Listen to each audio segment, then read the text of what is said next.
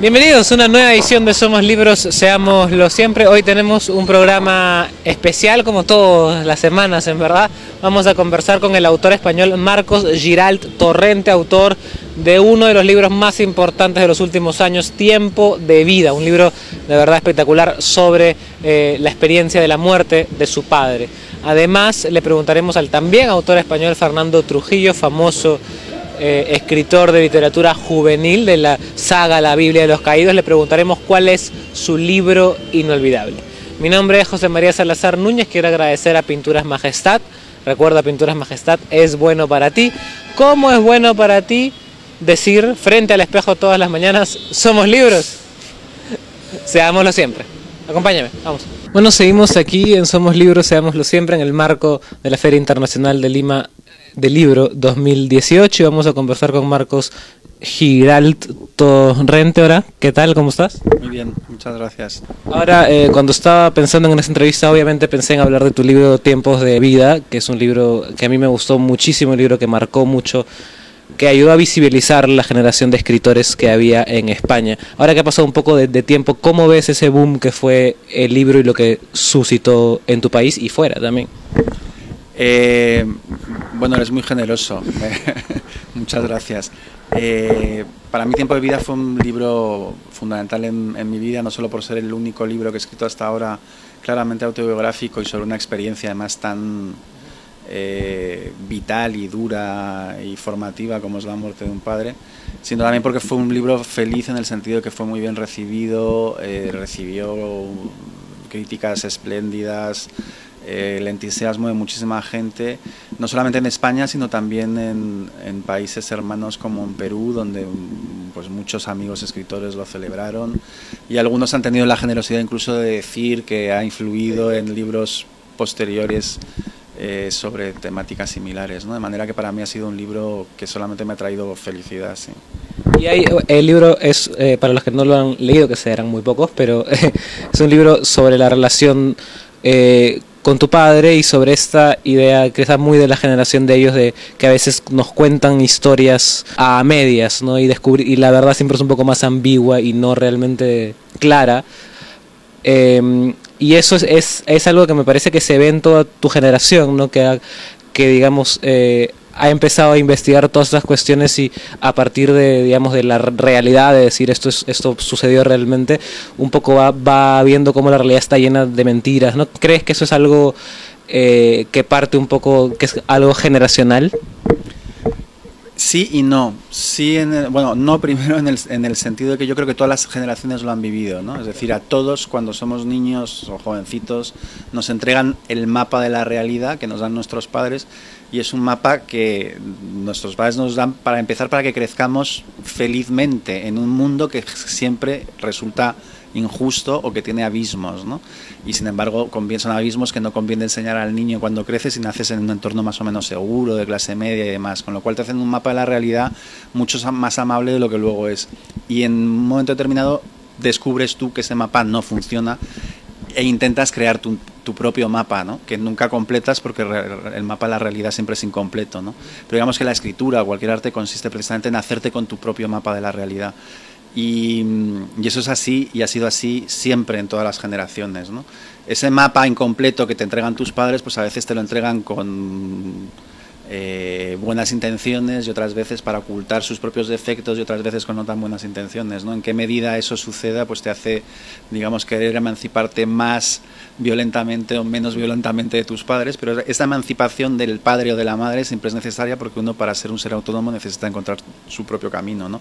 Pero eso ha sucedido en todas las generaciones. Lo que pasa es que sí es cierto que los testimonios autobiográficos que se centran en ese conflicto que ha sido universal, y ya digo que lo han vivido todas las generaciones, los testimonios que cuentan ese conflicto proliferan en estos tiempos más que en otras generaciones, probablemente por un tipo de, bueno, por las características de la sociedad de hoy en día, ¿no? Yo creo que vivimos un momento de crisis, de cambio de paradigma, en el que las ideologías que intentaban explicar la realidad han muerto, la utopía también ha muerto. Yo creo que por primera vez empezamos a asistir a generaciones que piensan que van a vivir peor que sus padres. Antes todas las generaciones tenían el sueño de pensar que sus hijos iban a vivir mejor ¿no? Y hoy en día ese pacto, digamos que parece que se ha quebrado, ¿no? Y vivimos tiempos de incertidumbre y yo creo que los géneros narrativos que se agarran a la realidad parece como que al lector le ofrecen más garantías, ¿no? Y también el propio escritor necesita, a veces más que en otras ocasiones, escribir desde su propio yo más que esconderse en la ficción. Y yo creo que todo eso hace que estos libros hayan proliferado, pero no porque el conflicto que estos libros cuentan sea novedoso, ¿no? Y quería también hablar un poco del libro que fue obviamente muy importante en tu vida como escritor, te ayudó muchísimo. ¿Cómo es, si has dicho que digamos que no crees en la literatura como una catarsis, no como una cuestión de curar sus heridas, la literatura está separada, e igual tiene que tener méritos como libro, de nada me sirve que cuente la historia de mis padres para que sea un buen libro, pero ¿cómo pudiste separar las consecuencias del libro en sí con tu historia real, con la cuestión personal que tenías con tu padre y con tu familia? En tiempo de vida. Bueno, yo creo que siempre que escribes un libro haces un pacto contigo mismo, ¿no? O sea, es la historia que quieres contar, decides cómo es mejor contar esa historia, escoges la voz más adecuada para contar esa historia. Si estás escribiendo ficción y algo falla en medio de la historia, pues siempre puedes matar a un personaje o resucitar a otro. O sea, tienes como más recursos para enderezar la historia, ¿no? Para explorar.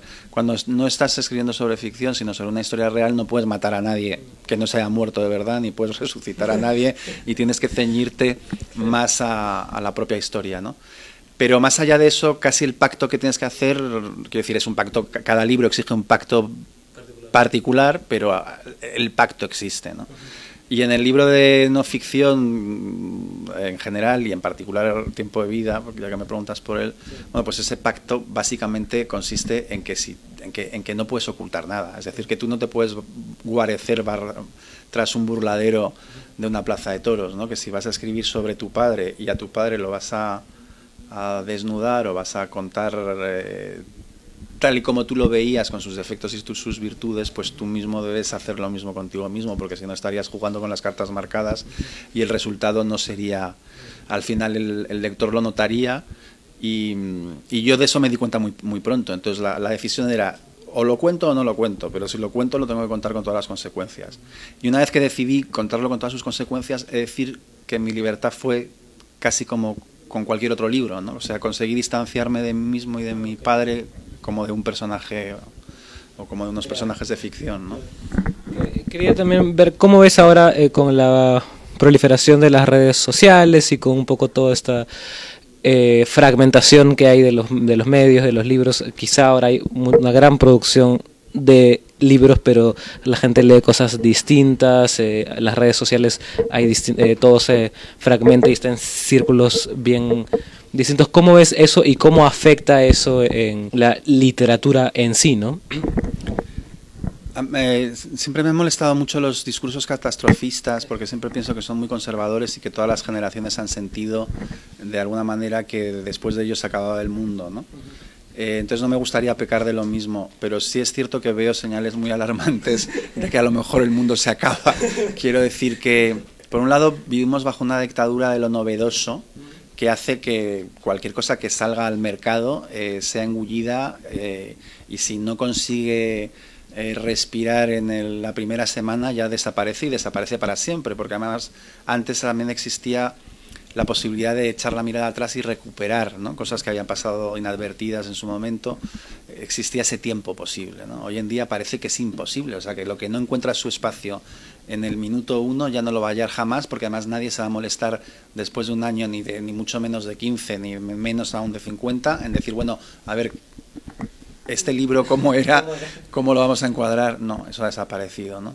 Y además hay un asunto muy preocupante. Por un lado veo gente en mi entorno, gente culta que antes era lectora y que está dejando de leer. O sea, gente que antes llegaba a su casa y cogía una novela y ahora llega a su casa, abre el laptop y se pone a ver una serie. Y eso es muy alarmante.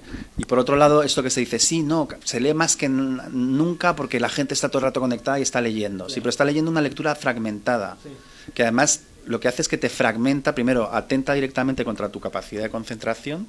Es decir, sí, o sea, como estamos acostumbrados a pasar de una cosa a otra, de ir a un enlace, de no sé cuántos, cuando nos enfrentamos a un texto, y a mí mismo me pasa, no te quiero decir ya a un lector menos entrenado que yo, pues un texto, digamos, que exige una atención, pues cada vez nos va costando más, ¿no? Entonces, esa fragmentación de la lectura puede acabar siendo una fragmentación del cerebro que sí sería preocupante en términos ya más allá de la literatura, ¿no? O sea...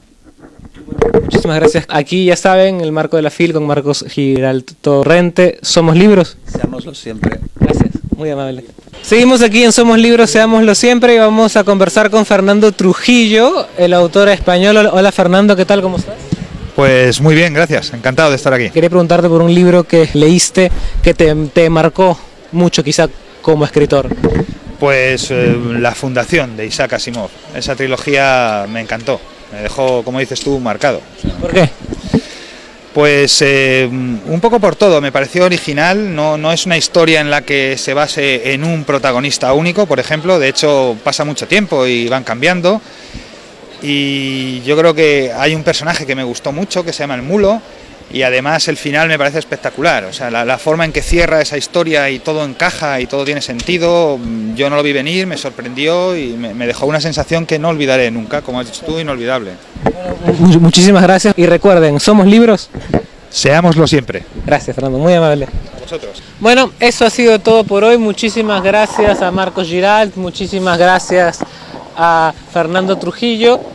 Y muchísimas gracias a ustedes por ver, por compartir, por likear. Ya saben, pueden encontrarnos en Somos Libros, Seámoslo Siempre en Facebook, CNB en Facebook y cnbtvdigital.com. Las direcciones deben estar apareciendo por aquí, por acá, todas partes, pero ya saben dónde encontrarnos. Y por favor, si en algún momento conocen a algún autor que les gustaría que entrevistemos, si tú has escrito un libro y quieres difundirlo, ya sabes dónde pueden contactarnos. Por último, quiero agradecer a Pinturas Majestad y quiero decirte que no te olvides de gritar todas las mañanas para empezar el día bien. Somos libros.